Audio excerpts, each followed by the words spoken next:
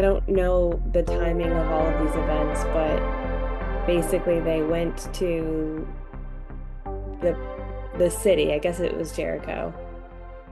No, it wasn't Jericho. Anyways, they went One of into those, yeah. this area and they said there were giants in the land. Yeah. And then they said, and we saw ourselves like grasshoppers, Yep. and they saw us like grasshoppers. Right. That was like how it was phrased. It was like the emphasis was we saw ourselves as nothing, or, All about optics, what you yes. believe, And right? because we saw ourselves as nothing, they saw us as nothing too. So I It's think not that's like like a big later part. on, it's not like later on God didn't teach them how to defeat giants. He did. They just didn't believe they could at the time. Yeah. So that's the thing. That's the thing we also have to do is get past this belief, this notion that we cannot make culture, that we maybe don't have the right or don't have the ability or don't have the pizzazz or what have you. We don't have the plans. We don't have the whatever Yes. you need to do it, you know? That's never true for me, right? I have the plans for everything.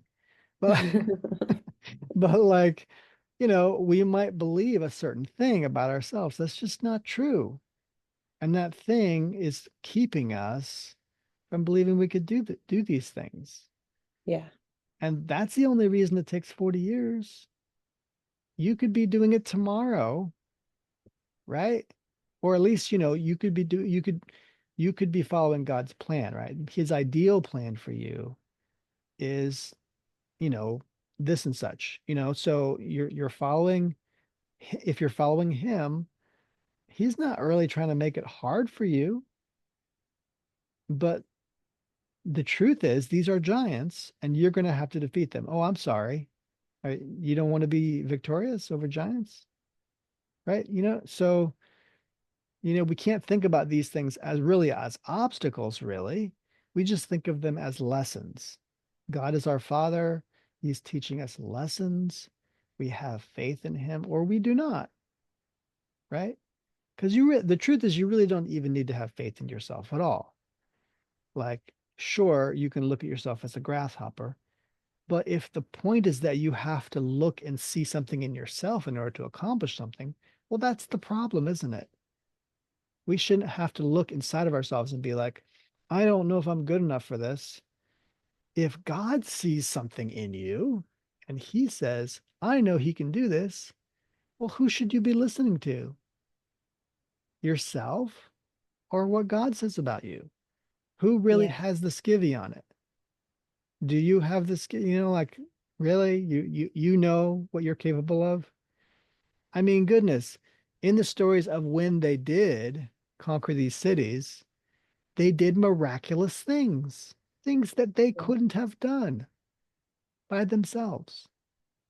You see what I'm saying? Like they didn't need to have the ability to do those things. God just did it for them. All they had to do was what? Show up, participate, believe, right? They're participating in this great story, this great moment of conquering, right? Because really, what the Israelites are conquering most is not giants, they're conquering their own fears. Yeah. That's really the story. Right. Them going like, oh, I guess I missed the point. I was supposed to be listening to you all along and not to myself and my own fears, right?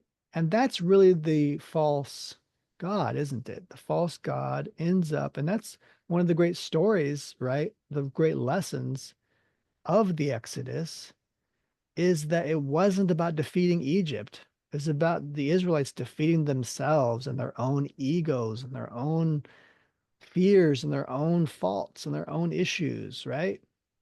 That's really what it was about. So this is an issue with us, not Hollywood, right? See, this is why I focus so much on Christian film and on conservative media, because the issue isn't Hollywood. The issue is us. The same issue. If we have enough bravery, courage to make great art, we could be making better art than Hollywood. We could be doing that. We just don't have the courage to do it.